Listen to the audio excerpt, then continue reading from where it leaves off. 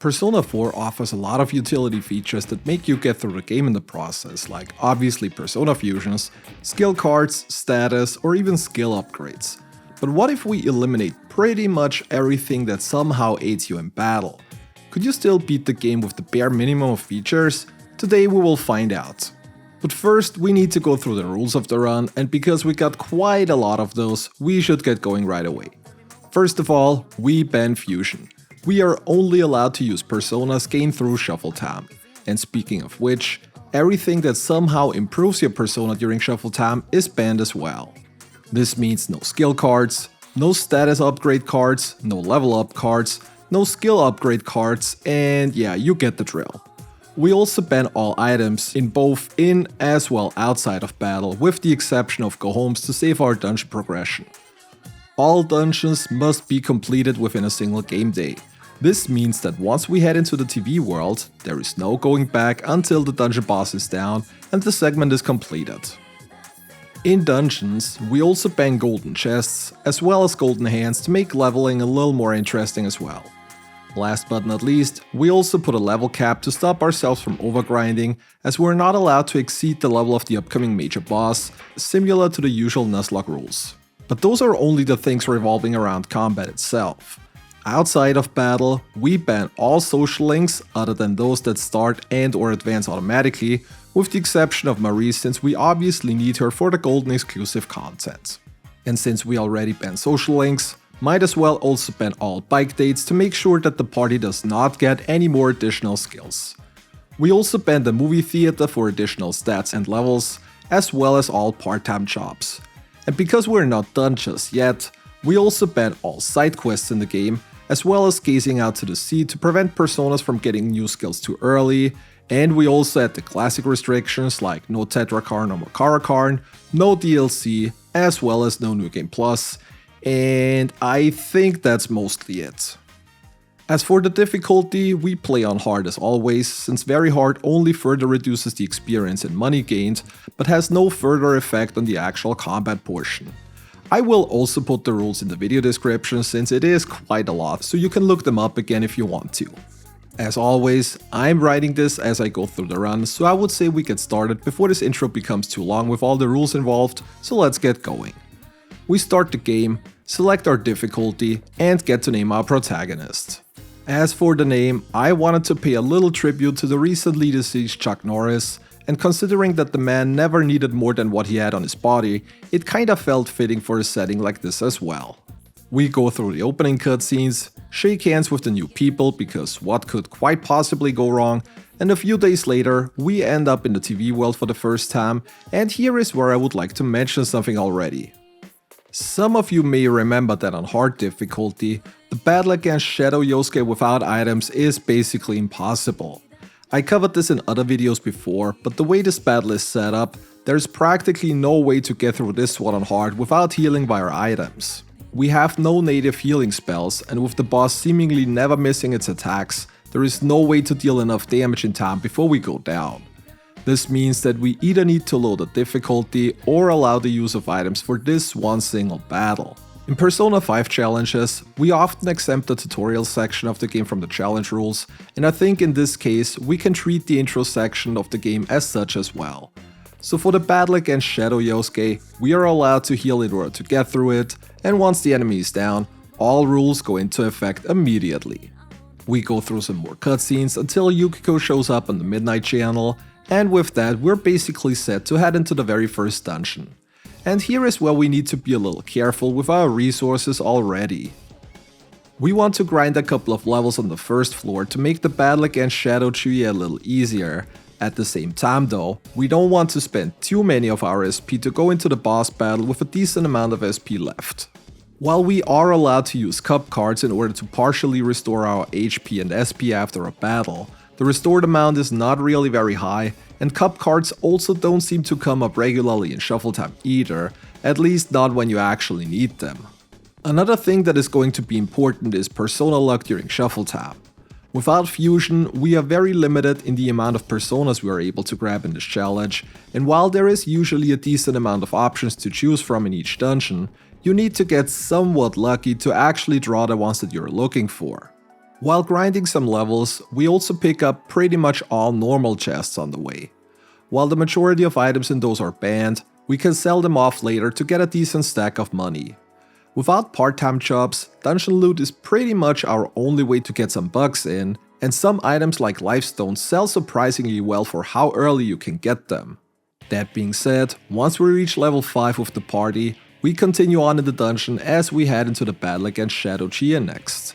And because it's been a while since I last played the game, I forgot that Chie always opens up with Mazio no matter what attacks you throw at her, so Yosuke gets knocked down and damaged big time early. Once he's back up again, we try to heal up and get back into the battle. You can usually tell when she uses Mazio as she looks at Yosuke first, so in this case all we need to do is defend with him to prevent the weakness hit and the one more. Shadow Chie will also counter wind weakness hits with green wall on the following turn, so while the wall is up, we need to work with physical hits, which she unfortunately resists as well. Our protagonist puts up Rakunda in the meantime, and then tries to go for the attack on the boss. I was also a little irritated by how little damage Mabufu did to him, so was checking on which persona I actually was, only to realize that Izanagi has mostly gained endurance during his level ups, so this certainly helps in a battle like this as well.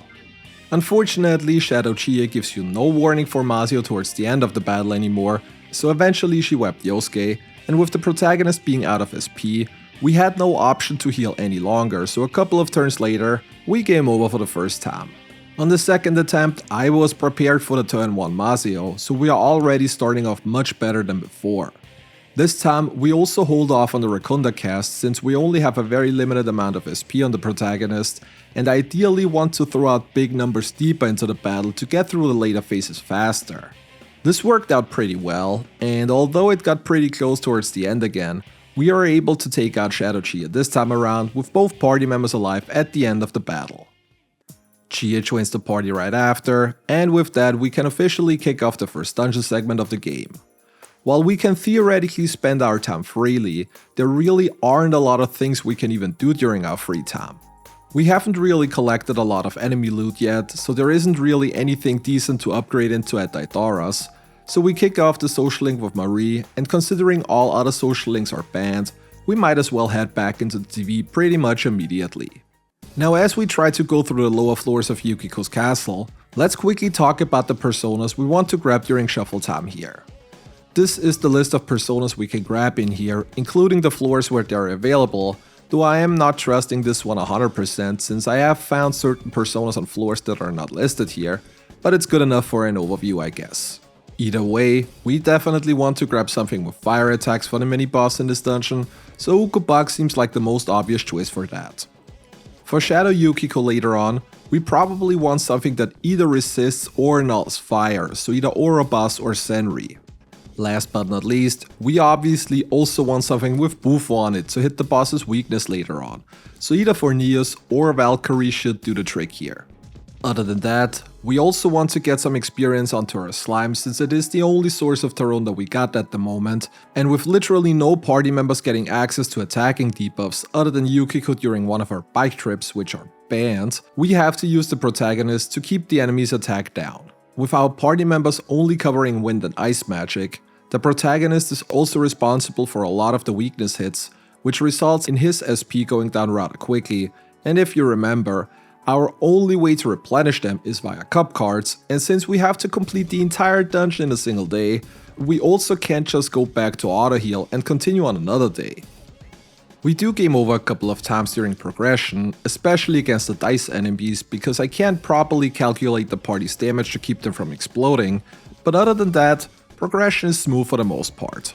If we get too low on our SP, we usually head back down to the first floor to grind enemies for cup cards here. We are at a point where we can beat all of the early encounters with auto attacks, so those are ideal if we want to replenish some of our SP.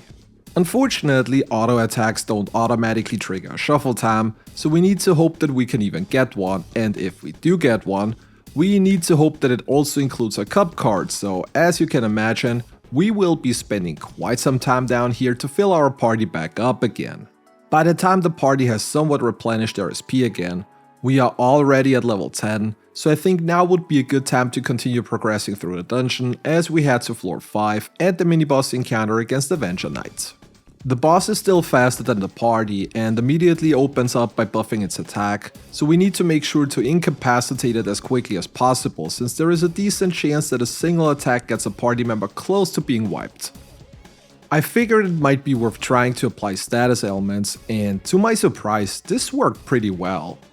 Yosuke's Makasham seals the enemy, and considering that protagonist will do most of the damage, we also use Tarokasha with Chie to raise his attack. The first skewer gets prevented thanks to the seal, and while the second one hits due to the ailment falling off, the damage on the protagonist is not too bad since we still have slime equipped and are therefore resisting physical attacks. We switch into Ukobak, and after 2 Agis the enemy is dizzy, so this gives us some more leeway.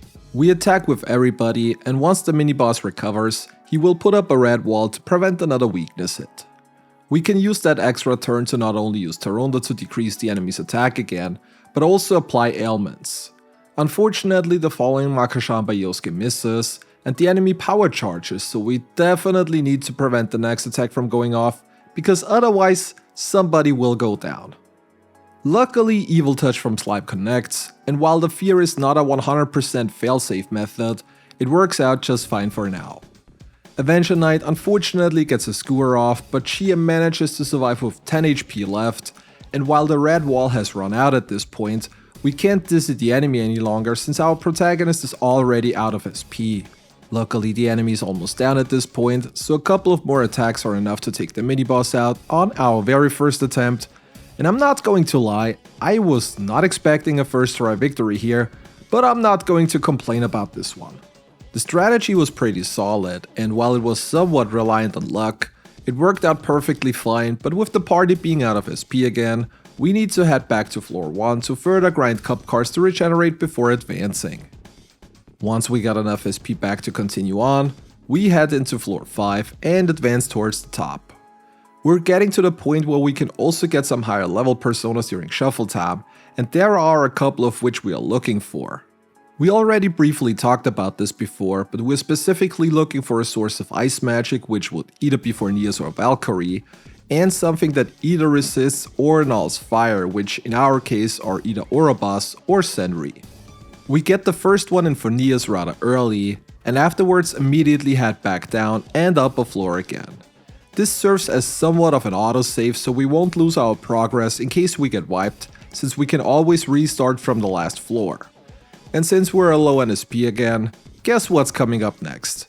We head back to floor 1 to grind cup cards. I am already starting to regret the 1-day dungeon completion rule. This is something that will probably become less annoying as we advance through the game and unlock higher leveled cup cards, and generally get more SP overall, but in the early game especially, the extra grind is super annoying. This time we grind until we are almost fully filled up again, and then head back up Yukiko's palace. During this, we also get an Omoikane during shuffle time, and this one is pretty good too since it's another source of Taronda, and also comes with an extra Sukunda. The Seiyuu is going to be useful against the Charming Prince in the upcoming boss battle as well, so we definitely take this considering that the next Taronda persona won't appear until Pyrojack later on, which is level 32. We still need our fire resistant persona though, and I was starting to get a little worried at this point since the party's already level 13, and with the level cap in place, we only got 2 more levels to go until we need to head towards the first major boss of the game. Before that though, we also get a Valkyrie which will replace the Fornias from earlier. Both have access to Bufu and Rakunda, but Valkyrie has better stats overall. I also want to point out how much of an MVP Angel is in the later floors of the castle. There are quite a few enemies weak to light attacks, and with Angel having Hama from the get-go, this makes a lot of otherwise very dangerous encounters pretty manageable. With that being said, Protagonist levels up to level 15 a couple of battles later, with us still having nothing to protect us from fire, so we're starting to run out of time quickly. Luckily, we finally get the last persona needed just a few battles later as we draw a Senri who completely nullifies fire and is a perfect candidate to nullify Shadow Yukiko's strong fire attacks. Since the party was also pretty good in SP overall thanks to some cup cards we picked up on the way, we are practically ready to head into the first major boss battle after just some more floor 1 cup card grinding. And I'm going to be honest, I accidentally leveled to 16 with the protagonist here without even realizing it at first. I was so occupied trying to get the party's SP up that I totally did not notice this, but by the time that I'm writing this, I was way too far advanced into the game to go back and redo everything. Considering that this is only the protagonist and it's only the first boss battle, I think we can let that extra level slide since I don't think it's going to give us a huge advantage against Shadow Yukiko anyways. Even with all that though, we are not 100% healed up, but I think for the most part this should be good enough, so let's get going. We start the battle by throwing out Bufos with both protagonist and Chie and follow them up with all out attacks. This will cause Shadow Yukiko to put up a white wall on the following turn. Since she will ready her Burn to Ashes attack on turn 2, we put up a Tarunda with Omoikane, and then switch into Senri while guarding with everybody else on turn 3 to prevent the weakness hit and the one more.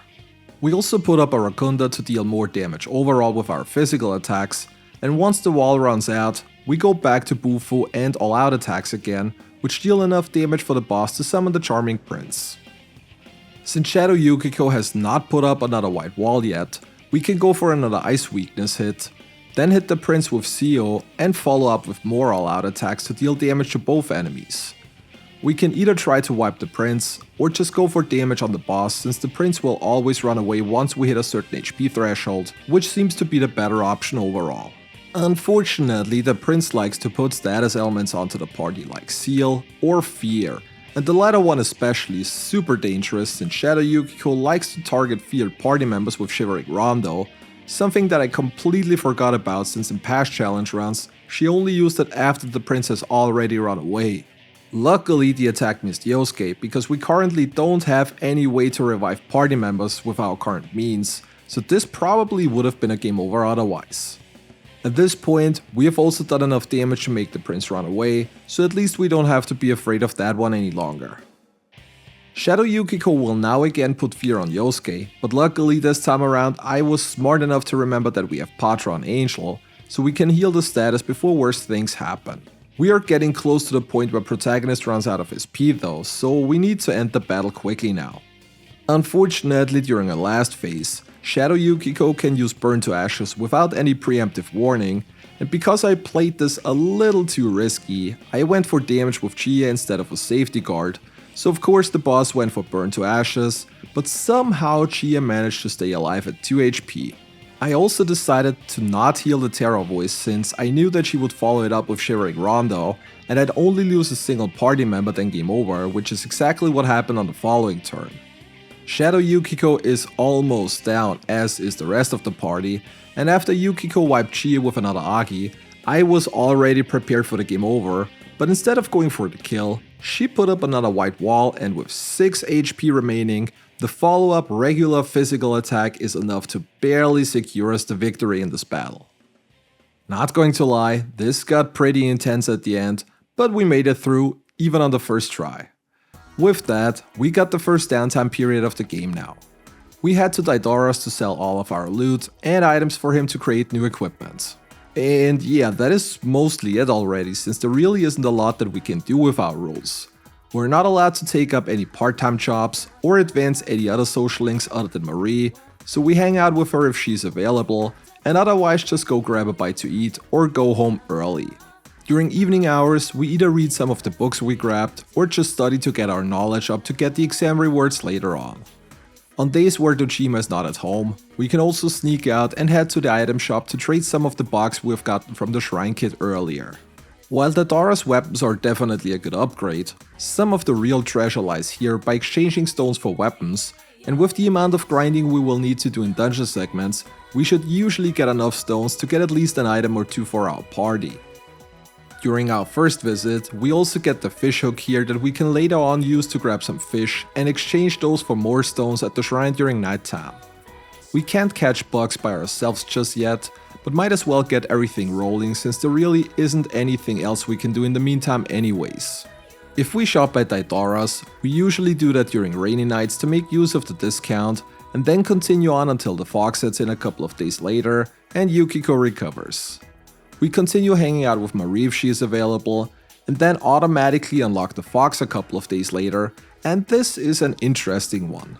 While we can use the Fox to fully heal everybody's SP during dungeon segments, the cost of this is going to be ridiculously high since we can't advance its social link, so at the moment I'm not entirely sure yet whether we will use it or not.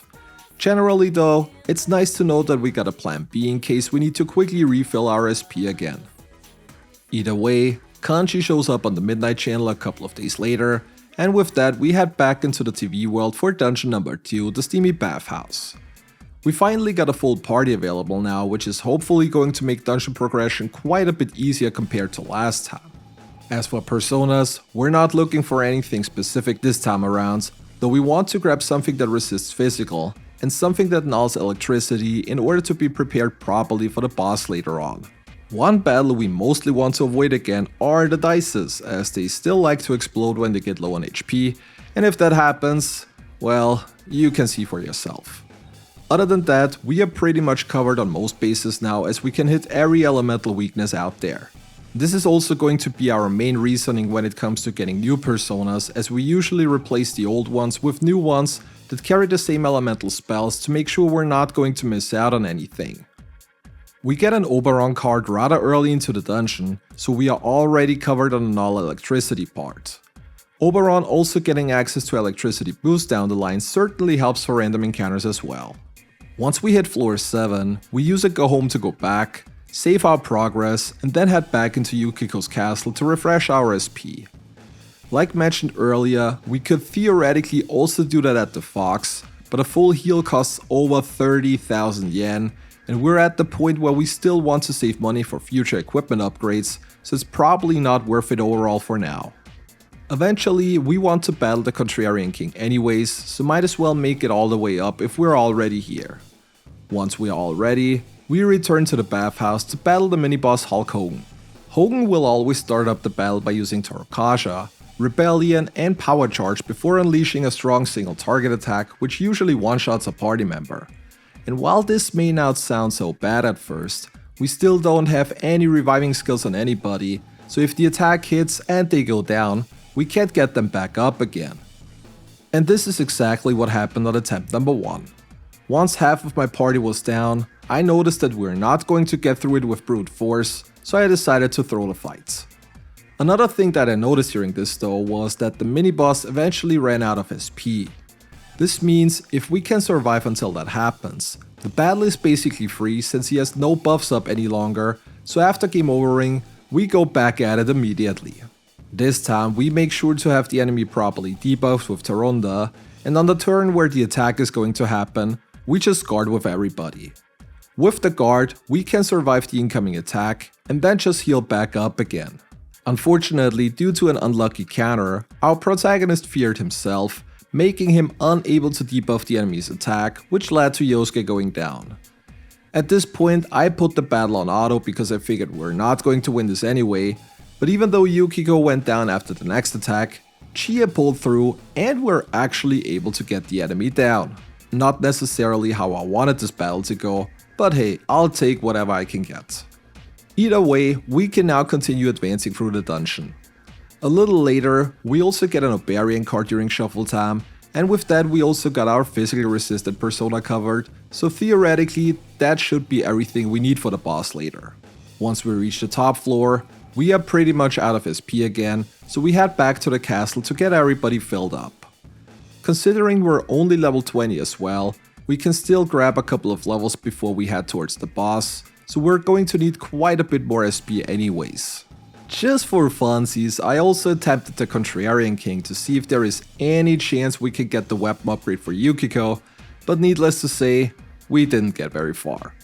A single rampage is more than enough to wipe the entire party, so I think we will need to put that one on hold for a while still. Either way, we continue on grinding in the bathhouse, and because all the grinding eventually got super boring, and the party was on full SP anyways, I decided to just give the boss a try at level 22 to make up for accidentally overleveling earlier. Now on to the battle itself.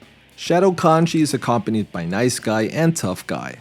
Nice Guy is weak to ice attacks, while Tough Guy is weak to fire attacks, so we can use that to our advantage to get one Morse and get additional damage onto our boss with our multi-target attacks. While Nice Guy is mostly here to buff the other targets, Tough Guy will usually attack the party with physical damage. Kanji himself will always open up the battle with Forbidden Murmur on turn 1, which poisons all male characters, but unfortunately we don't have any persona in our stock to heal that, so we just have to deal with it until it runs out automatically. On turn 2, Kanji will always use Mazio, so we make sure to switch into Oberon and also guard with Yosuke in order to prevent the weakness hit and the one more. After easily taking the electricity attack, we can go back and attack with our party until Kanji drops below 75% health, at which point he will use another Mazio, so just like before, we guard with Yosuke to prevent the one more. While we don't deal the biggest damage number-wise, they add up quite a bit over time due to Chie and Yukiko oftentimes being able to attack twice each turn. If we need to heal up, we can just use Media with Yukiko and then continue on. Kanji will occasionally also use Roar of Wrath to rage the female characters, but luckily we have Mapatra on Jack Frost to immediately cure it before worse things can happen. Unfortunately, he will randomly use Mazio again if you take too long before getting into the next phase, which leads to him also putting up a white wall on his one more, so no more weakness hits for now. Luckily Nice Guy is down soon after, so we don't have to worry too much about that. Once Kanji drops below half HP, he will use Fanatical Spark for the first time, so just like before, we make sure to have Oberon equipped and defend with Yosuke once we get there. After that, we continue on just like before, doing damage to the enemy while healing up occasionally if needed. Kanji will use Fanatical Spark one more time once he drops below 25% HP, and while we are prepared just like before, the attack still does decent damage, and the follow-up Rampage from Tough Guy gets us dangerously close to being wiped. Luckily recovery is not a huge issue thanks to double media by both protagonist and Yukiko, and we can continue on just like before. What is starting to become an issue though is that Yukiko is almost out of SP, and with Kanji suddenly doing Spirit Drain, this means our main healer is now out of a job. And if this wasn't bad enough already, Kanji follows it up with another Fanatical Spark on the next turn, and since I didn't see that one coming, it wiped Yosuke and also got Chie and Yukiko pretty close to going down, and suddenly this just got way more dangerous than it was just a moment before. We can still use media with the protagonist, but it's not going to be long until the rest of the party is down as well. Luckily, Kanji is almost down too, so a couple of more attacks are enough to take him out for good and complete Major Boss Battle number 2. With Yosuke down, he won't get any experience from this battle, but considering that we're going to replace him with Kanji once we head into the next dungeon anyways, this is not really a big deal. Either way, with Kanji rescued, we get some downtime again before the story continues on. We sell all our new materials at the doors again to unlock some new equipment, and shortly afterwards also unlock the vegetables garden, which we're not allowed to use anyways, so I'm not even sure why I'm mentioning this. Probably because there barely is anything we can do in our free time. We can go fishing to get a decent amount of fish to trade for stones later on, but other than that, and reading some more books or starting during evening times, we don't really have a lot of options. We can trade a festival fan at the item shop with the stones that we have acquired for a nice +3 magic weapon for Yukiko, but that's already the most exciting thing. We can't advance Marie any further until after the 3rd dungeon, so most of the time, we either eat at Aya's or just head home early. During a rainy night time, we once again head into Taidaras to buy the new equipment at a reduced price, and a few days after the fog sets in, nothing happens and Kanji recovers. We now get access to the bug net and the mysterious lady in white, which means that going forward we can catch bugs by ourselves and either trade those at the item shop or use them as bait to get more fish, which we can then exchange for some more stones at the shrine. Thanks to Teddie Dojima being a real one, we also get a scooter to drive around the neighborhood, and since we don't really have anything else to do, we will do that until we unlock Okina. Overall though, this doesn't even do much as we can't really use any of the newly unlocked features here. The cafe is useless since we're not allowed to use skill cards, and the movie theater is banned as well. We could buy outfits here for a nice little costume change during dungeon segments, but that is just cosmetical, and since we don't have that much spare money anyways, I'm not sure if we're going to use this in general. By riding around some more, we can reach Shinchiri Beach, but here our options are rather limited as well. While we can fish here once we caught the River Guardian, everything else is useless. Gazing out to the sea would be useful for personas to learn the next skill without having to level up, which would cut down some of the grinding, but since we banned that as well, that's not going to be a thing either. And since there isn't anything else worth mentioning at the moment, we can skip ahead to the point where Rise shows up on the Midnight Channel, and we head back into the TV world where we also unlock Teddie's social link. Teddie advances automatically, so we can't prevent that, and seeing as he's the only party member we will max out in this challenge, he will definitely join our lineup once he becomes available later, but more on that when we get there. For now, we will replace Yosuke with Kanji, and then head into the next dungeon. As for personas, we grab a Sarasvati on the way, and this one is a little more special since it's the earliest source for the Invigorate 2 passive spell, something that will regenerate a small amount of SP every turn, so once we got it high enough for it to learn the skill, we will definitely equip it as our starting persona during grinding. While 5 SP may not sound like much, it is going to quickly add up and will help quite a bit when it comes to SP management while we make our way through dungeons. In terms of preparation for the boss, we're not looking for anything super specific here. New personas with resist physical or null or ice drain would be nice, but we already got a Jack Frost to take care of the ice part, and Oberian for the physical portion, though they are falling off on levels, so I wouldn't mind an upgrade either. Once we reach floor 7, we are ready to tackle the mini-boss with Amuro Snake, and to say that we are absolutely getting bodied here would be an understatement. The boss opens up with Stagnant Air, and then immediately follows up with Virus Wave, which almost one-shots every character that it hits with. While we can hit its fire weakness with Yukiko, she needs to heal up at the same time, and a single media by her is not even close to being enough, even with us putting up a Taronda to decrease the enemy's attack. Once Yukiko goes down, this is basically a wipe since she's the only party member with Recarm, and without a proper healer, there is no way to get through the battle, so we game over shortly afterwards. At this point, I noticed that the party's only around level 26, so us being underleveled might have definitely played into that. When you ban Golden Hands, you level much slower, and until now this wasn't an issue since we always had a good strategy for the mini-bosses. When the mini-boss is scripted to throw out a big AoE attack before you can do anything though, this obviously won't work, so it looks like we should grind a couple of levels before heading back in again. On the way, we get a King Frost during Shuffle Time, which absorbs ice, so this is the ideal persona for the upcoming boss fight later as well. As for random battles, we mostly try to have either Jack Frost or Sarasvati equipped for them to get extra experience. Sarasvati, like mentioned before, will learn Invigorate 2 later on, while Jack Frost gets access to Mind Charge, both of which are incredibly useful. But because I don't want to bother you with the grind for all too long, let's jump ahead to the point where the party is about level 30 and we head back into the mini-boss fight. We equip Oberian to have resist physical for the protagonist, and with just 4 levels more on the party, Virus Wave suddenly looks a lot different to before, only dealing about 100 damage now. The strategy is still similar to before though. Yukiko and protagonist are going to hit the enemy's fire weakness, while Kanji and Chie chip in some physical damage from the side. While Yukiko's secondary job is to heal the party up, protagonist will make sure to keep the enemy debuffed so we're not running into any further issues. Protagonist can assist with the healing if needed, and with that we got a pretty decent strategy in place. While our damage output is not necessarily the highest, the battle becomes pretty safe with that strategy, and we can continue on throwing out damage. Unfortunately, the boss will eventually start to use Mind Slice, which not only is another AoE attack, but also has a chance to inflict panic on our party members. Luckily, we can heal that off with Mapatra on Jack Frost, but depending on the turn order, we can't always prevent party members wasting their turn. Since the mini-boss is almost down at this point though, this doesn't matter all too much, and a couple of attacks later we take it down and are able to continue on.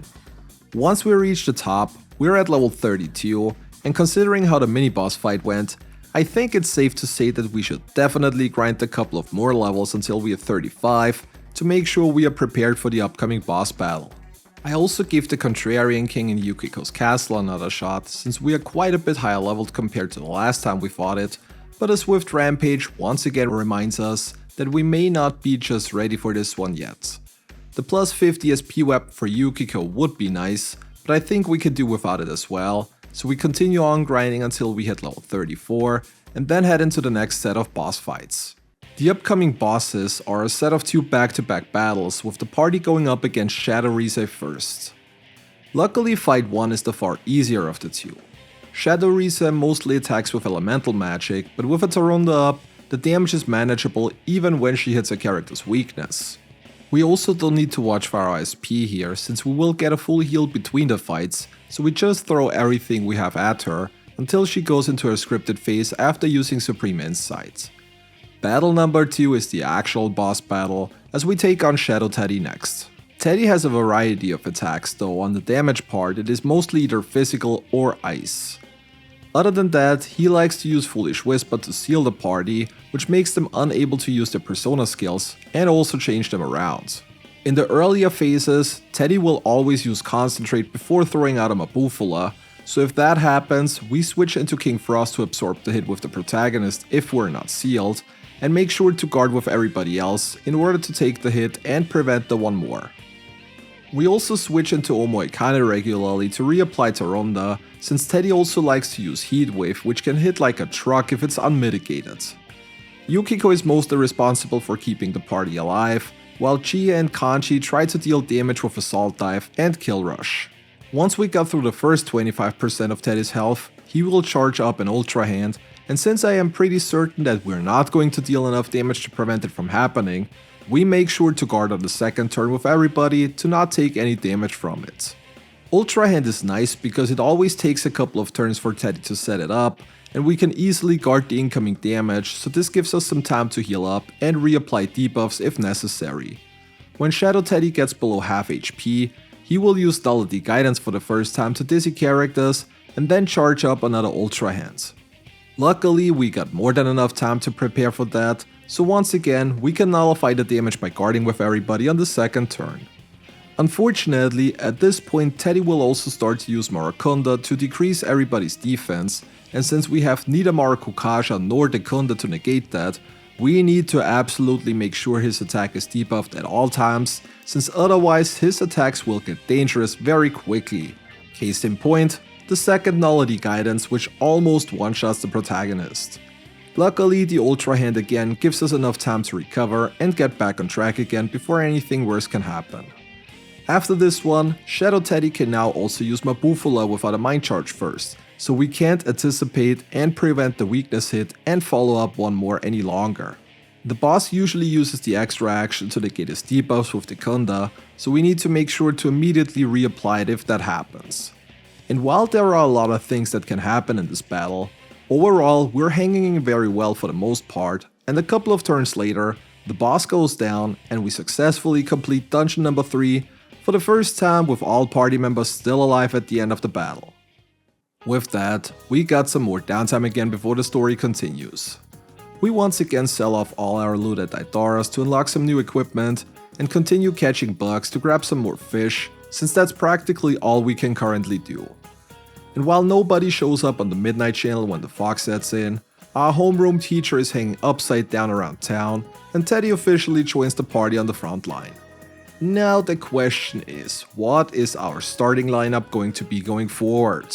Teddie is definitely a must in this challenge, as he not only gets access to Ice Magic, but also both Matarukasha and Marakukasha, so we get the most important buffs covered on a single party member. Combine that with him acting as a secondary healer as well, there is no way why we shouldn't put him into our lineup. I'm thinking of replacing Chie with Teddie, since both have access to Ice Magic, and Kanji as the strongest physical persona user in the game could come in pretty handy throughout the game. And while I was talking about all this theory here, we successfully caught a River Guardian, which means that we can now start fishing at Shinchiri Beach. And while that is not so special in itself, with this we can fish a stop sign, which is a rather decent weapon for the protagonist, so that's not all too bad either. We get a nice accessory with +5 to all stats from Nanako due to us acing our exams, and Mitsuo shows up on the midnight channel a few days later, so we are ready for the next dungeon, now with Teddie in our starting lineup replacing Chie. The mini-boss on floor 7 is a killing hand who starts off the battle by immediately summoning an almighty hand.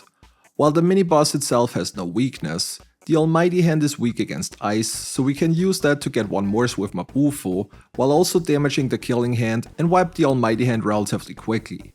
Killing hand will then use Deathbound on the following turn, but with a Tarunda up, the party can easily take the hit. The boss will continue the cycle of summoning and Deathbound as long as you beat Almighty Hand on the first turn it gets summoned, but thanks to the ice weakness, this is usually not a big issue, and it's only a couple of turns until the mini-boss itself is down as well. This time, we also make sure to grab the Orb of Darkness, since in past challenge runs, I tended to forget this one, and then wonder why I couldn't access the boss room. As we progress through the dungeon further, I started to question if replacing Chie was really the right call after all. With Chie gone, we basically have no proper AoE option any longer when it comes to regular enemies, and while Kanji is pretty strong, he can only do single target damage for the longest time. And looking at the skills he learns via level up, he is actually not even getting any physical AoE skills via level ups at all, as the only one he gets is Atom Smasher, which is locked behind his bike date, so we won't be able to access that.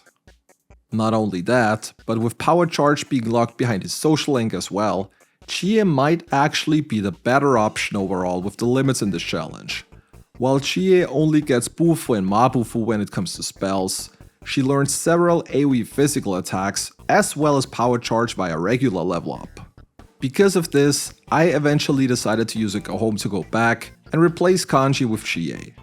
With that, we lose party member access to electricity attacks, but considering that Kanji has the lowest magic stat in the entire game anyways, I don't think this will affect us this badly overall. With all that being said, we haven't even looked into the new personas we're on the lookout for. We start off by getting everyone's favorite fusion accident persona Osei, as it comes with Power Charge from the get-go, and with Jack Frost learning Mind Charge on literally the very same battle, we can now power up all the protagonist's attacks if needed. The most important persona though is definitely Pyro Jack. Pyro Jack not only is a decent fire persona, but it is also the highest level persona in the game to learn Tarunda, so it's definitely in my best interest to grab one and keep it equipped regularly for some more levels, especially later on since we can't get any more upgrades in that regard. Other than that, it also gets access to Marukyu down the line, which is great since Teddie doesn't actually learn the spell until level 58, and even after that, it's always good to have a second option to apply a defense buff in case Teddie is occupied doing something else during his turn. Once we reach the top, we're only level 38, so we still have quite a bit to go until we get to the level cap. Because of this, we return back into the previous dungeon to make it all the way to the top there. I don't think we're going to battle the optional boss anytime soon, but we get some decent experience on the way, and a lot of early encounters are weak enough so we can beat them on auto battle without having to waste any SP.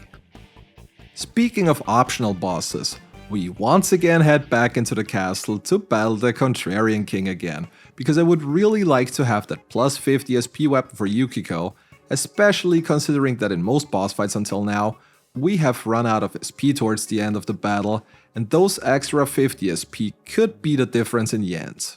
And while we get bodied by Rampage yet again on our first attempt, we got lucky on the second one, and with us now doing quite a bit more damage compared to the last time, it's only a couple of turns until the enemy is down, and we can retrieve our reward. Once that is done, we continue grinding in the game until we hit level 45, and then head towards the next boss fight against Shadow Mitsuo. We could have gone in earlier like with Shadow Teddie before, but Mitsuo is a notoriously hard boss, so it didn't feel like making it any harder on me than it already is. Either way, let's focus on the boss now. Shadow Mitsuo is the first boss in the game where the enemy gets to act twice each turn, already making it quite a bit harder compared to previous bosses. Phase 1 is against a hero, who uses either fight or item to inflict damage on the party. Luckily both attacks are pretty manageable with a Tarunda and a Marukyu up, and the party does decent damage after increasing our attack with Matarukasha. Once the hero is down, Baby Mitsuo comes into play, and this is where the boss fight actually starts going properly. Baby Mitsuo will use the Kasha to wipe the buffs on the party, and then put up an elemental wall, which means he's going to attack with the corresponding AoE tier 2 spell of said element for the next 3 turns. In our case, the red wall means he's going to attack with Maragyon, so we make sure to guard with Chie in order to prevent the one more, since he will usually follow it up with Megidola, which has a good chance to wipe the entire party. This is also where Pyrocheck comes in handy, since he will absorb fire attacks, so we don't have to worry about our protagonist taking any damage while putting up Taronda. Once the wall wears off, he will start rebuilding the hero, and this is absolutely something we must avoid at all costs. If he successfully rebuilds the hero, we will not only have to fight it one more time, but Mitsuo will gain access to the spell command, which is a very strong AoE almighty attack. During all of this, Mitsuo also loves to inflict the party with fear, and if you don't manage to cure it in time, he will follow it up with Ghastly Well, and since I completely forgot that this is a thing the boss can do, we get wiped here on our first attempt. Hey, don't blame me, it's been about a year since I played this game the last time, okay? Luckily, we can react accordingly to that, and equip protagonist with a bravery vessel, which reduces the chance of getting inflicted with fear. In a boss battle, the protagonist always goes first, so if any other party members happens to get feared, we can just cure it with Mapatra, so I don't think we need to change anything else on the rest of them. With that, we dive right back and make it back to phase 2 without any further issues again. This time the boss puts up a green wall, which is the perfect pattern since it's the only element that none of our party members is weak against, so we can attack the boss full force. This time we are also fully prepared for the fear and can act accordingly when it happens, so no more getting insta-wiped for now.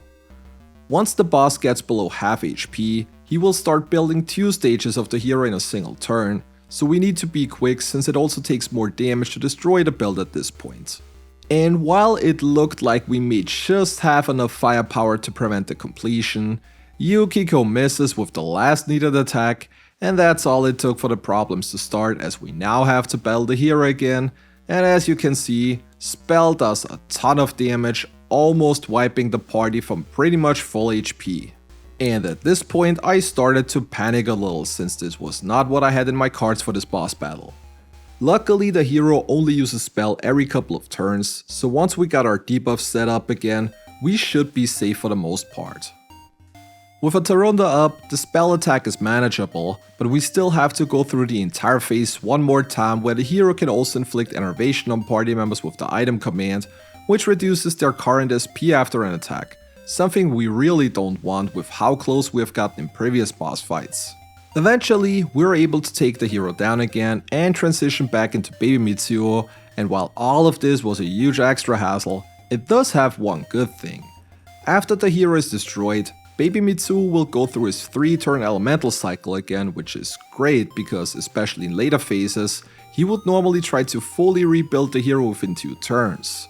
And because this game has some pity with us, we get another green wall, meaning we can attack with everybody and throw everything we have at the boss. And while he does start rebuilding the hero on its second attack during the elemental cycle, it's too little too late, and a couple of turns later, we're able to take the boss down and complete the next major dungeon. And I'm not going to lie, I am really glad that we got through this one with fairly little issues for the most part. This is probably one of the worst boss fights in the entire game, and I was ready to be stuck here for a while, so seeing that we got through rather quickly is definitely very motivating for the rest of the challenge.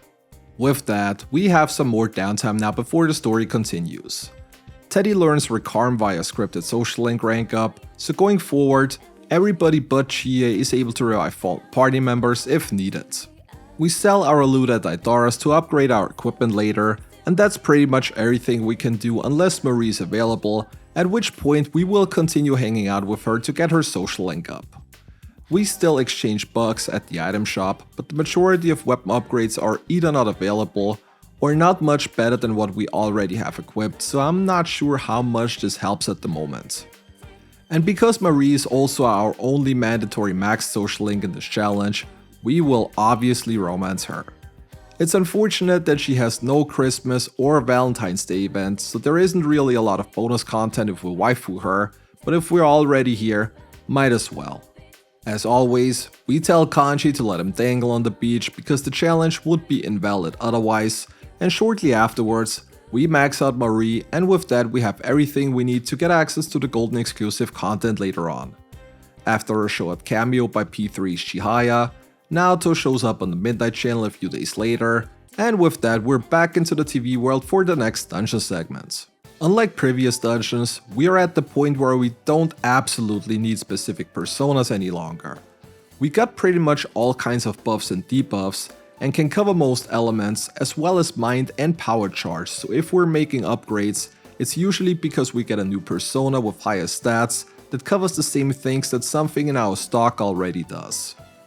We still try to have Pyrojack equipped as often as possible to make sure it gets some additional levels, since the Taronda on it is going to carry us all the way to the final boss, and with a regular level 32 persona, we're probably not going to be able to tank attacks from endgame bosses for all too long. Something we will definitely grab when it comes up though is Succubus, since it's the first persona to get access to Invigorate 3. Until now, we still carry Sarasvati for Invigorate 2 as our main persona, but we will replace her once we get the upgraded skill.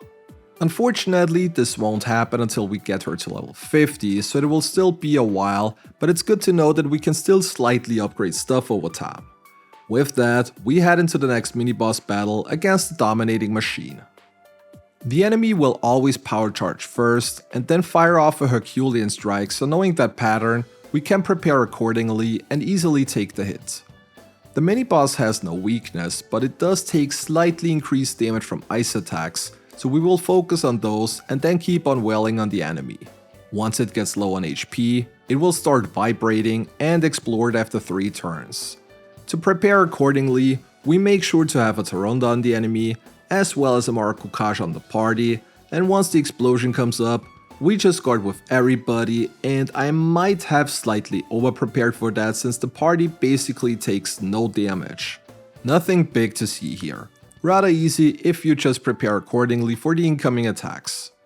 We are at level 50 at this point, and while we still have some exploring to do, we will probably again have to grind a little bit to reach the level cap before heading into the next boss fight. During this, we also get something that I completely forgot about, and of course I am talking about our good old buddy, Mr. Repel Physical, Gary McCullough. And while the Repel may look very useful on paper, it actually only has a rather niche use in this challenge, as we can only equip it when we want to power charge, or when we know that a big physical attack is coming up. Due to its limited moveset, there aren't really a lot of other things we can do with it, but it's still something I guess. Once we hit level 55 on the majority of the party, we're now ready to head into the next boss fight as we battle Shadow Naoto. Naoto has a very wide range of attacks, reaching from both single target and AoE elemental magic of all kinds, as well as Brave Blades, Tetrakarn and Makarakarn, so it's rather hard to prepare for her. Nonetheless, we put up buffs and debuffs as always, and then go to work. We also use Fire Break with Yukiko since Naoto resists fire to deal full damage with her, while Chie, who at this point has already learned Power Charge, charges up first and then throws out a big black spot attack. Protagonist and Teddie are responsible for buffs and debuffs, and attack on turns where they have nothing else to do. Unfortunately, this doesn't happen all too often, as Shadow Naoto loves to hit a party member with their weakness, and then follow up with a Dekunda to negate all debuffs on her one more attack.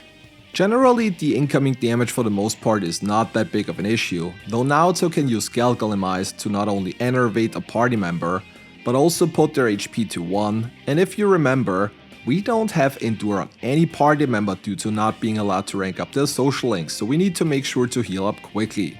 Luckily, Yukiko has already learned the Arahan, so recovery for the most part isn't an issue. During later phases, Naoto will use the one more from a weakness hit to put up Heat Riser, but luckily with the Kasha now our protagonist, we can easily negate that and then just start debuffing her again. The Kasha being on Sarasvati has the nice side effect that we're gaining a couple of SP back every turn it's equipped thanks to Invigorate, which is pretty good because protagonist is running out quickly due to having to apply both Taronda and Marukyu Kasha. Luckily though, we're getting to the point where Naoto is low on HP as well, so it's only a couple of more turns until we get the boss down and complete yet another major dungeon. While I knew that this battle would likely not be as hard as Shadow Mitsuo earlier, I'm still rather lucky it went the way it did on the first try, and with that we got some more downtime again. As always, we head into Daidora's to sell off all our loot, and once the fog lifts, Naoto recovers and joins the party. And while I did think about putting her into the main party lineup, I decided against it eventually. Naoto, similar to Kanji, is a character that gets most of her useful skills through either social link or bike trips, both of which are not allowed. And even if we would put her into our party, I wouldn't even know who to replace. Chie is our physical DPS, Teddie is our all-rounder with magic, buffs and healing, and Yukiko is our primary magic DPS, who also happens to easily heal most of the party. Because of that, the party lineup will stay the same as it currently is, and during physical examination, we get rank 6 on Teddie's social link and would learn Marakunda. And while that is a pretty useful skill as well, there really isn't any place to put it on. Teddie has the luxury of suffering from too many useful skills, so sometimes it is really hard managing what skills you want to keep and which ones you want to ditch. This will become an even bigger issue later on, but for now we continue the game and then ace our exams in order to get the beat ring from Nanako. I am still not 100% sure, but I think the magic evasion here is only for elemental magic and not almighty, so basically the Angelic Grace passive. Other equipment with the same effect specifically mentioned the except almighty part, but even though this one does not, I still think it's identical. At least I never noticed a difference. Either way, we ignore the school festival because, well, you know, and skip forward to the point where Nanako gets kidnapped, Dojima crashes his car, and we head back into the TV world to save our little sister. Persona-wise, there is nothing that we really need to get at this point any longer. We're basically set with the majority of things that we need, so if we get new personas, it's mostly because they are upgrades to the existing ones that we already got. With that being said, we head to the mini-boss battle against World Balance. The enemy will always open up the battle by using Mind Charge, and then throw a single target tier 3 spell at a party member, which is usually a one-shot if it hits a weakness. Luckily we can easily bring them back again, so as long as the enemy doesn't one-shot our protagonist, we should be good. And of course the falling seal then gets directed towards him, but luckily the Angelic Grace from Nanako's accessory triggers, and we're able to dodge the attack. To keep the protagonist safe, we switch over to Throne since it has no targetable weakness, which means that the boss should theoretically not target the protagonist any longer. All of that was probably some extra work though, as the boss is already down on the falling turn before it gets its next attack off, so we can continue on. We're level 59 at this point, and since Kunino Sakiri is 65, we can still grind for a bit longer until we have to go into the next major boss battle. Level 61, Rise also learns Relaxing Wave, which restores 5% of every character's max SP after every battle. Combine that with the higher level cup cards that are available at this point, this basically means that we also don't have many SP issues any longer either, which is pretty nice. Once we hit level 65, we are ready for the next boss battle, so we watch Namatame transform and head into battle against Kunino Sakiri. In phase 1, the boss can attack with all kinds of different elements where it usually switches between single target and AoE attacks.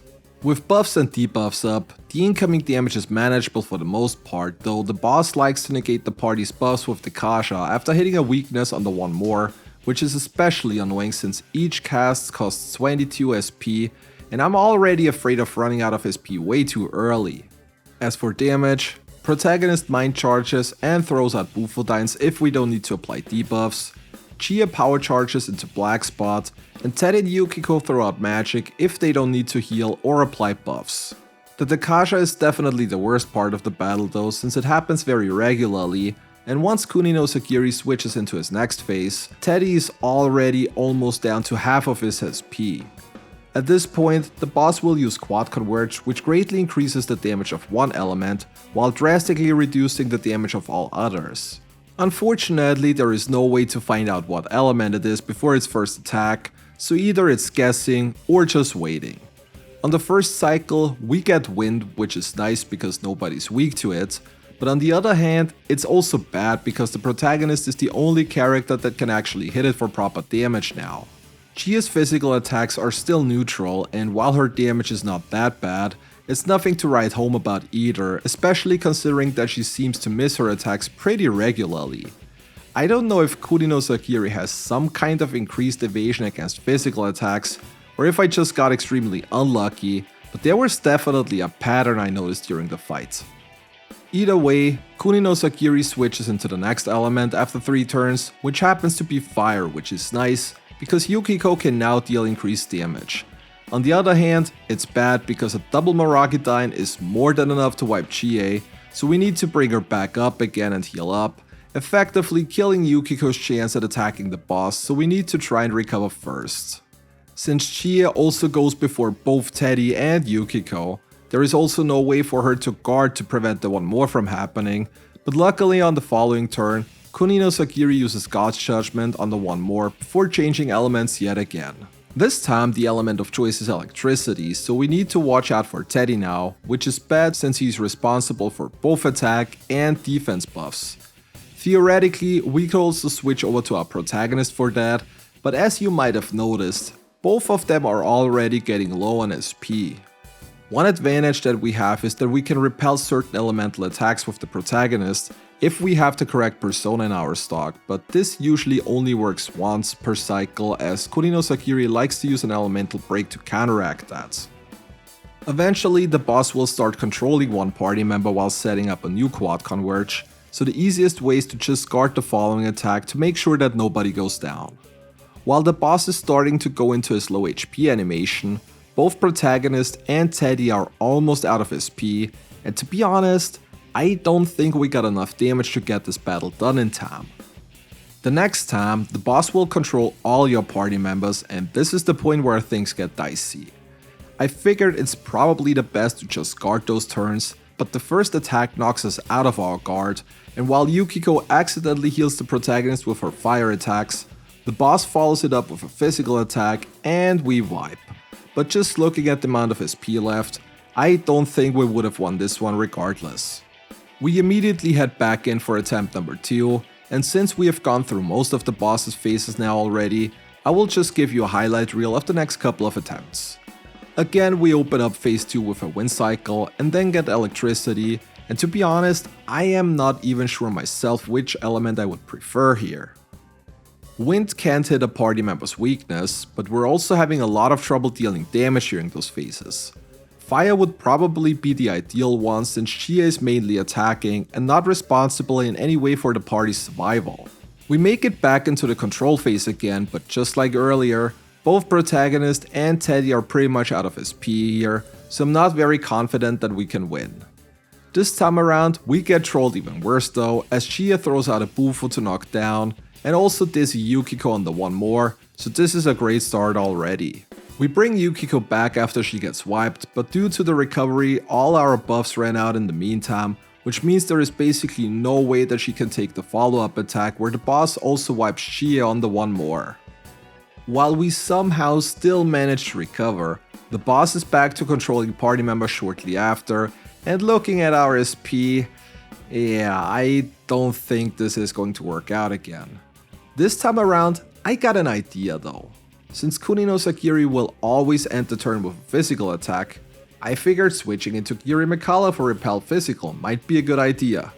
Unfortunately, this led to the party members almost wiping themselves, and while we got through the control phase, I think it's safe to say that this state is not recoverable any longer, and once the Unearing Justice spam starts, there is pretty much no way we can survive the onslaught any longer. After reloading the game, I was looking through my equipment to see if we can make any changes that could possibly help, but the only thing I found was switching Chie's accessory into a dodge fire one to slightly lower the amount of weakness hits the boss gets against her. Yukiko has the blast hands equipped, which she needs for increased healing with Meteorama, and Teddie has the plum potpourri equipped, which raises max SP by 10%, and seeing as we are already running out of SP too early even with the increase, I don't think there is a way we can safely switch that one out either. I don't think brute forcing is the way to go here since I think we have to change up our strategy, but while I'm working out something in my head, Might as well go in one more time with the initial strats. On attempt number 3, we already get trolled early by the enemy's elemental attacks, even before the quad converge phase, so we're not off to a good start. This time around, we don't even make it to the control phase, as everybody but protagonist got wiped during a Mazio-Dine when my buffs fell off due to Teddie going down, and solo protagonist obviously is not going to stand a chance for very long, though I tried my best reflecting as much damage as possible with the correct personas before we got wiped. At this point I had an idea though, and this may sound a little counterproductive at first, but hear me out. What if we also decrease the enemy's defense with Rakunda? While this increases the SP consumption on our protagonist even more, the increased damage might help us get through the battle faster and save on SP overall due to not having to constantly recast stuff. Not only that, but in phase 1 where the damage is not that high compared to later on, we also skip out on Tarunda to save even more SP. This might result in a party member going down every once in a while, but overall we should still save on SP compared to the full buff setup. Speaking of which, once quad converge happens, we switch back to the full buff debuff setup since the enemy now deals increased damage. During this phase, the Rakunda also makes quite a difference as we already deal 4 times damage with the correct element, which gets increased even more thanks to the defense debuff on the boss. On turns where the protagonist has nothing to do, we also start using Spirit Drain with Succubus to get some SP back from the enemy, so we can squeeze out a couple of more turns with buffs and debuffs up.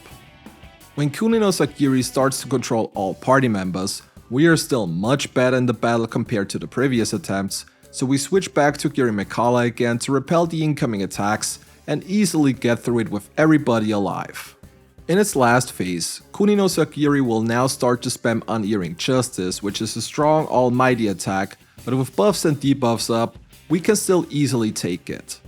And while Teddie is out of SP at this point, you can see that the damage is really not too bad, so we could probably tank the incoming attacks even without an extra defense buff when it eventually runs out.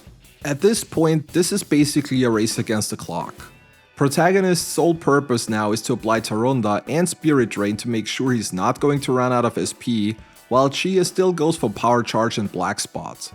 Teddie is out of everything, so regular attacks are the only thing he can do, and Yukiko will heal every turn with Meteorama, but since she still has about 200 SP left, I don't think she will run out of them too early. What surprised me though is that Kunino Sakiri occasionally throws in an elemental attack to mix things up as well. I always thought that in its last phase it will exclusively spam Unerring Justice, which I would have actually preferred since Almighty cannot hit any weaknesses, but luckily the elemental attacks seem only to be single target mostly, and also not guaranteed to hit the party member weak to it, which certainly makes things easier. And while the last bits of HP took what felt like forever, eventually we're able to take Kunino Sakiri down and complete the next major dungeon. And I'm not going to lie, I was not expecting this boss to be such an issue. In previous challenges, the boss at times was tricky, but never really that difficult, but this time around, we struggled really hard because our support characters just keep running out of SP way too quickly, and seeing how things went here, I am really not looking forward to Ame no Sakiri later on at all. Before we get there though, we still have a bit of downtime. Like after every dungeon, we return to Daidara to sell off our loot and upgrade our equipment later on, and since there is still nothing else useful to do, we just go home early and go to bed pretty much every day until the fog starts to take over the real world. Nanako dies, but not really, and we automatically max out Teddie's social link. And again we're having the issue of what skills to take. Evade Electricity is going to be super important, especially in the final boss fight later on, so we definitely want to have that on him. Eventually, I decided to ditch Icebreak here because while we need it in the Hollow Forest later on, this is a skill that the protagonist can also cover with Jack Frost, so we should be good here. That being said, we grab the partial award that Nanako left behind, which comes with an Endure passive, and with Adachi already having escaped into the TV world, we get going with dungeon number 7. This is usually the point where we would try to get Debilitate onto any of our protagonist's personas, but unfortunately with our rule set, this is not going to be a thing. The only two personas in Golden who get access to Debilitate are Trumpeter and Norn, both of which are advanced fusions that you can't get via Shuffle Time, so unfortunately this is out of reach for us, so we have to make use with what we already got available. That being said, we head into the first mini-boss fight here against the Chaos Phase. While the enemies are neutral to pretty much everything except insta-kill attacks, we need to try and take all of them down at the same time since they will spawn new ones to the field if they get a turn in between. The battle generally isn't hard, but annoying in the sense that party members often miss a target or two, which makes it hard to get them all down simultaneously. Overall, the incoming damage is not too bad though, even without buffs and debuffs, and once we manage to distribute damage somewhat evenly, we're able to take them all down within a turn, and then continue on. Mini-boss number 2 is the Tokyo Tower, aka Envious Giant. This one drains electricity while being resistant to all elements, though it does take 4 times damage from physical attacks, so this is definitely the way to go here. We also want to put up our buffs and debuffs as it attacks with Megadolan, which deals big damage if not mitigated. Still, this is the better of the two options since its other attack would be Tentarufu, which is an AoE confusion attack, and status elements are never a good thing. The main damage dealer here obviously is Chie with a power charged God's Hand, while Yukiko is usually occupied with healing. Protagonist will power charge with Siegfried, and then throw out an Akasha Arts to aid in with the damage. We get pretty lucky with the enemy only using Megadolan throughout basically the entire battle, and a few turns later, the mini-boss is already down. Due to the enemies in here giving pretty good experience, the party is already at level 71, but we definitely want to max out until the level cap considering the amount of problems we had with Kunino Sakiri earlier. Once we hit the cap of level 75 with everybody, we are ready to head into the boss battle I am probably most afraid of in the entire challenge, going up against Adachi first. Adachi will always start the battle by using Heat Rises, so on turn 1, we don't even bother to put on debuffs and just go for charges and damage while buffing up with Teddie. We negate the Heat Riser with a Swift Akasha on turn 2 and then start debuffing the enemy. Adachi will now use all kinds of elemental attacks as well as Vorpal Blade on the physical ends. With both buffs and debuffs up, the damage is not that bad though, so we should not have a problem getting through this fight. Chie's damage unfortunately will be halved in this battle as Adachi has a 50% damage reduction to physical attacks, but even with that, her charged God's Hand still deals about 300 damage. Adachi will also occasionally use Mudon to insta-wipe a character, though luckily protagonist is still protected on the first cast thanks to Teddie. Evil Smile is another thing we need to watch out for since it can inflict the party with fear, and similar to Shadow Mitsuo earlier, Adachi will follow it up with Ghastly Well on the next turn, which insta-wipes everybody inflicted with it. Other than that, we got the battle under control pretty well, and while it took a bit, we were eventually able to get Adachi down and transition into the Ami-no Sakiri fight.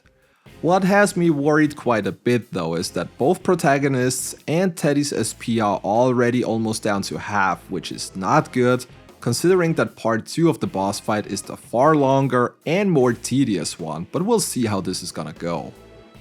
As always, we start by buffing and debuffing, and then go to work on the boss.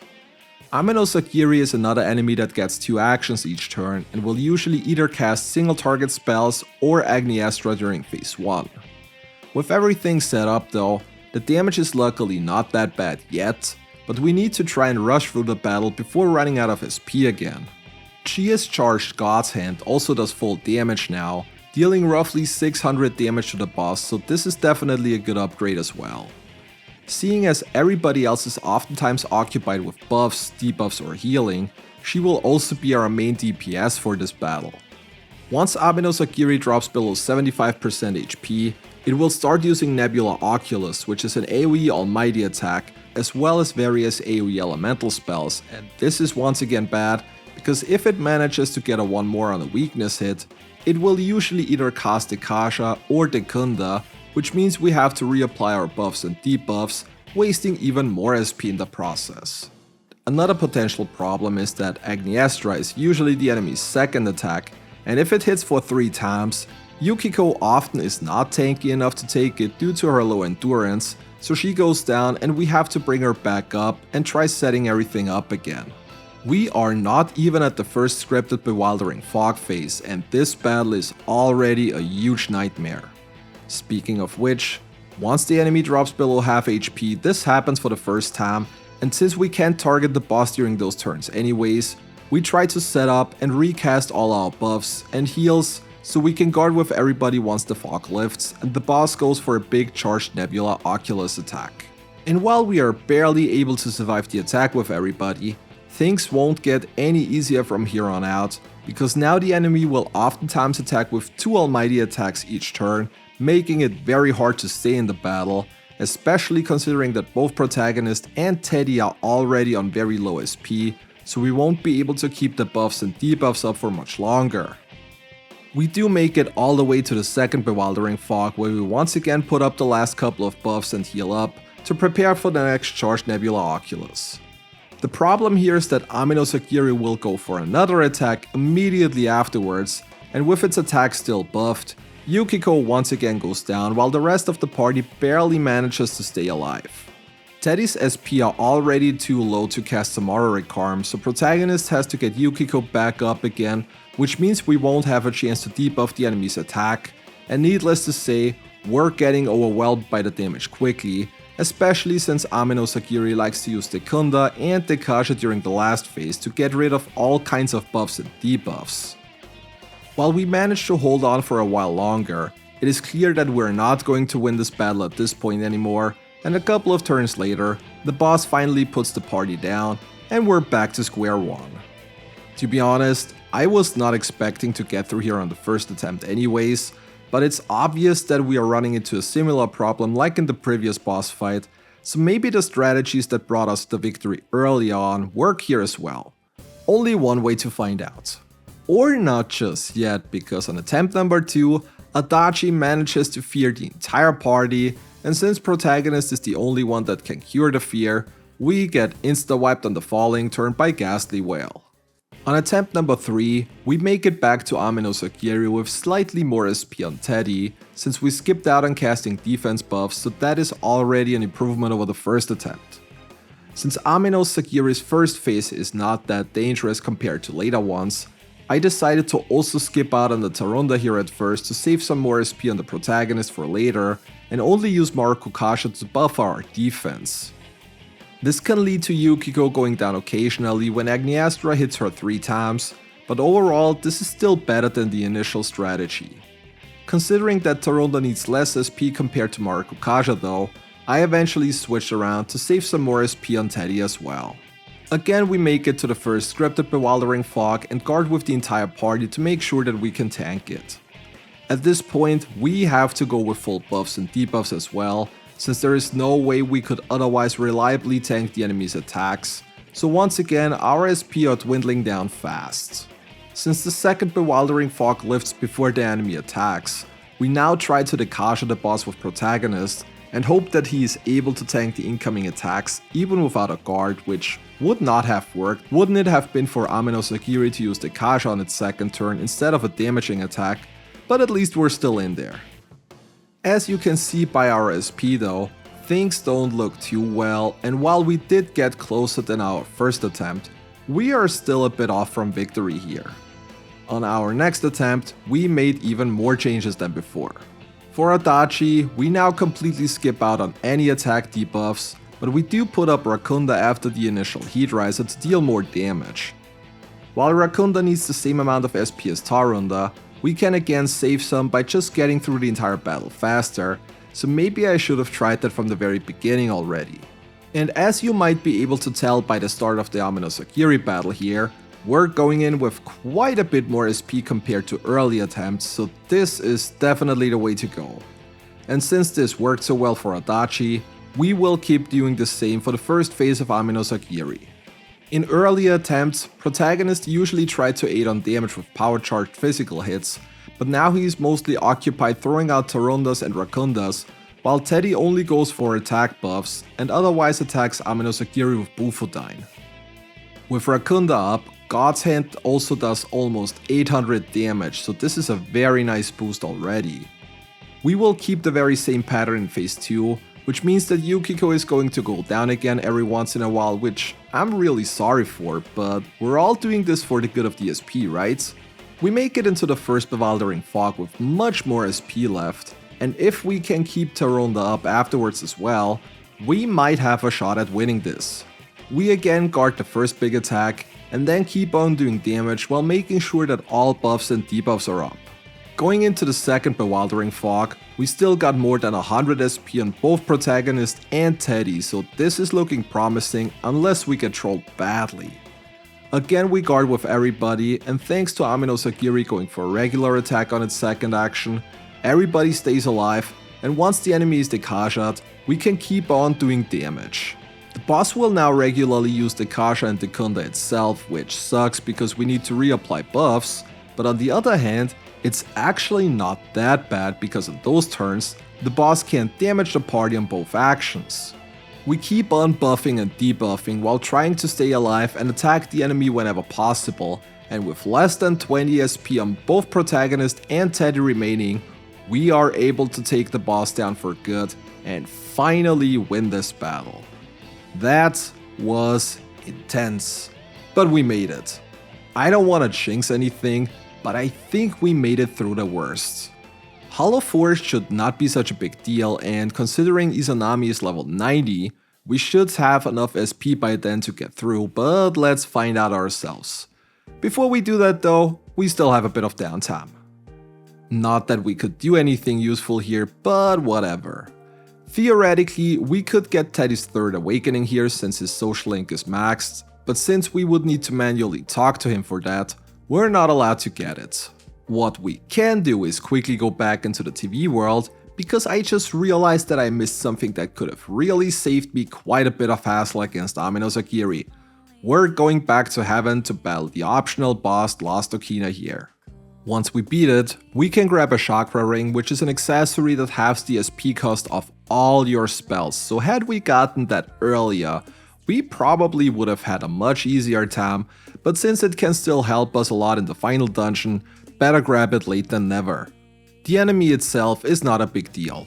It nulls physical and drains ice, which basically makes both Chie and Teddie useless from an offensive standpoint, but with buffs and debuffs up, the incoming damage is not really an issue, so we can just throw out attacks with the protagonist at Yukiko until it's down, and we can grab our rewards. Considering that Teddie has the most work to do when it comes to spellcasting, the accessory probably fits him the best, and with that we leave the TV world again and get ready to go on a skiing trip where we end up in the Hollow Forest to rescue Marie. Now most of you may know the gimmick of the Hollow Forest, but for everybody who forgot, let me quickly remind you. In this dungeon, your current SP get halved after every single battle, and considering that we're not allowed to use any items to regenerate them, this is actually somewhat of a problem. Luckily the enemies in here are not very tanky, but overall we will be running around here with very little SP throughout most of the dungeon. The first mini-boss is on floor 3 when we battle the Gorgeous King. The entire deal of this fight is to knock all enemies down, and then follow up with an all-out attack since the boss takes big damage from almighty attacks. The enemies will try to prevent that by putting up all kinds of status elements onto the party, and with the mini-boss itself also having the evade physical passive, things can become tricky at times when it comes to trying to knock everybody down. Due to our low general SP, buffs and debuffs are also not going to be that big of a thing in this battle either, which makes things even trickier. It all boils down to trying to knock everything down while the enemies try to prevent you from doing so. Luckily the incoming damage is still rather low for the most part, so we don't really have to worry about game overing. The battle is pretty annoying, but not any dangerous, and while it does take quite a while, we take down the enemy eventually and can continue on. The second mini-boss on floor 7 is the Heavens Giant, which resists physical attacks and literally nulls all elements. Luckily for us, we still have access to the elemental break spells, so we will use those to negate the null and then deal damage to the enemy. Due to its very low endurance, it takes a ton of damage from those, and it's only a couple of more attacks until the mini-boss is already down again and the path to Marie is set. Since Marie is level 77, there is also no need to grind in here any longer, so once we reach the top, we are ready to go. Before that though, we quickly leave the dungeon to heal our SP at the Fox. We don't really need all that money any longer, and this situation definitely calls for the Fox as a means to get our SP fully healed, since I don't think there would be any other way to go into the battle against Marie properly. Speaking of the boss battle, the battle against Marie comes in two phases, with the first one being against Marie herself, though I'm not even sure if you can call this a battle since you only need to deplete about 25% of her health before she uses Shell of Denial and transitions into Izanami-no-Okami, which is the actual boss fight. As in every other big boss battle, we open up by buffing and debuffing, and then set up our elemental breaks, since Izanami-no-Okami repels literally every attack. Once everything is set up, we can go to work with pretty much everybody, though Chie's damage is negligible, considering she only has access to Bufu. Luckily the other party members do good damage, so overall this shouldn't matter all too much. The incoming damage is not too bad for the most part, though we do need to re-up our buffs and debuffs regularly, since the boss likes to use Cry of Denial, which wipes all stat decreases and increases, while also putting silence on 2 party members. The boss will occasionally also use Enclosure Shell, which results in her nulling all damage for the following turn, so we usually use those opportunities to reapply buffs or heal up. The entire battle basically represents the theme of the dungeon in that it's not really dangerous, but oftentimes super annoying to get damage onto the enemy. Still, we have very little issues overall, and after a while, Izanami-no-Okami is down, and Marie is saved for good. We get ready to leave on the very last day, but because we start arguing with the gas station attendee about the currently ridiculously high fuel prices, she gets pissed off so bad that she reveals herself as Izanami and just runs off, so we go after her because we still need to fill up our car to leave, and with that we're officially off into the final dungeon of the game. Once again, we got 2 mini bosses on our way here, with the first one being Neo Minotaur. The enemy only uses physical attacks, but hits very hard with those, so luckily it goes for Teddie on turn 1, who is the only one that has Endure on him. As soon as we apply buffs and debuffs, the incoming damage is manageable though, and we can start doing damage. The enemy takes 450% damage from all elemental attacks, so as you can see, we're doing good numbers here, and it's not all too long until the first mini-boss is already down. Unfortunately, mini-boss number 2 is a little bit trickier as we head into the battle against the one enemy that still gives all OG Persona 3 players PTSD in Sleeping Table. And this battle wouldn't even be so bad if it wasn't for the ridiculous amounts of insta-kill attacks that it has. The enemy opens up by throwing out a Marukyu, and then follows up on the one more by fearing 3 out of 4 party members, but luckily we can cure it before the enemy goes for a Ghastly Wail. This is not everything though, as it also loves to spam Mahama on, and because I always have such good luck when it comes to insta-kill spells, the protagonist is the only one to get hit here, so we game over. Luckily we have a way around this, as we still carry Throne with us, who drains fire and nulls light, so with the exception of Megidolaon, protagonist should be safe from everything else. That is, if there wasn't Evil Smile that hits 3 party members with the enemy following up on Ghastly Wail before we even got a chance to cure it. Well, guess that was just unlucky, nothing we could have done about that. So let's head in to try again. This time the enemy luckily follows up the initial Marukyu with a Megidolaon, and while this hits hard, we can recover from that rather easily at least. Megidolaon spam is practically the best thing that can happen here, since it gives us the least troubles overall, especially once we got buffs and debuffs up. This time we can also cure the fear in time, and once the enemy starts spamming Mahama on, we switch into Throne to be safe and continue on while Teddie tries to get everybody back up again. This works pretty well, and a couple of turns later the enemy is down and we are ready to head into the final boss battle of the game. Before we do that though, we still need to do some grinding as we're only level 78, so we can possibly grind 12 more levels until we hit the cap. Unfortunately, the majority of enemies here don't really give that good experience, so I'm not quite sure if we're actually going to go all the way up to 90. After a while, I also realized that I could have just gone back to Magatsu Inaba, since the enemies there overall probably give more experience, but by the time I thought of this, the party was already level 84, so I figured it's probably not worth it any longer.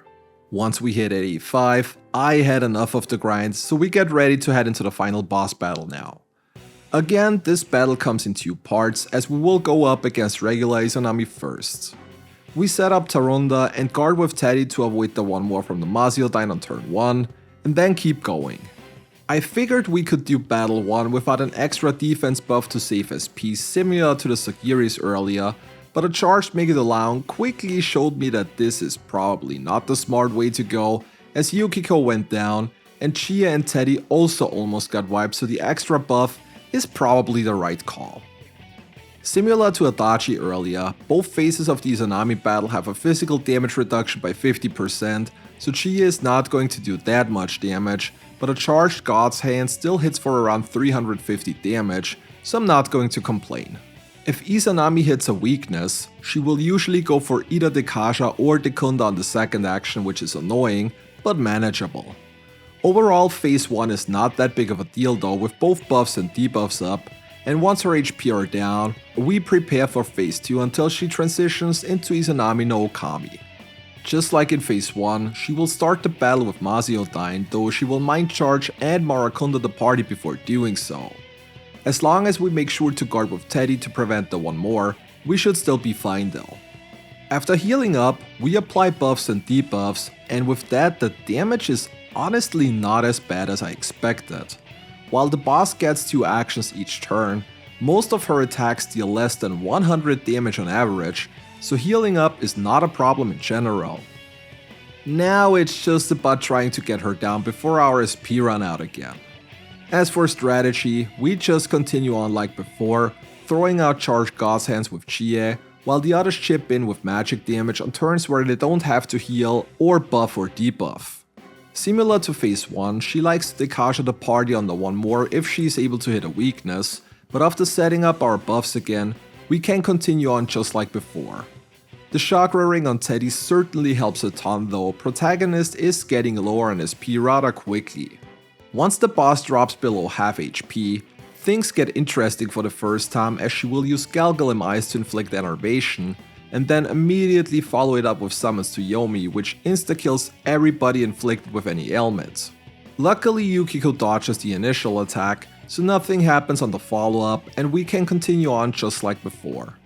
The same thing happens when the boss drops below 25% of her HP, though this time she uses Stagnant Air first to increase the chance of ailments sticking, and then goes for World's End, which is an AoE attack that can inflict various ailments onto everybody, and because we don't get so lucky this time around, everybody but the protagonist gets inflicted with it, so after the summons to Yomi follow-up, we are suddenly in deep trouble.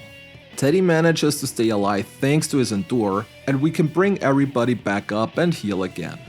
It takes a few turns to get everything set up again, but we should be good now.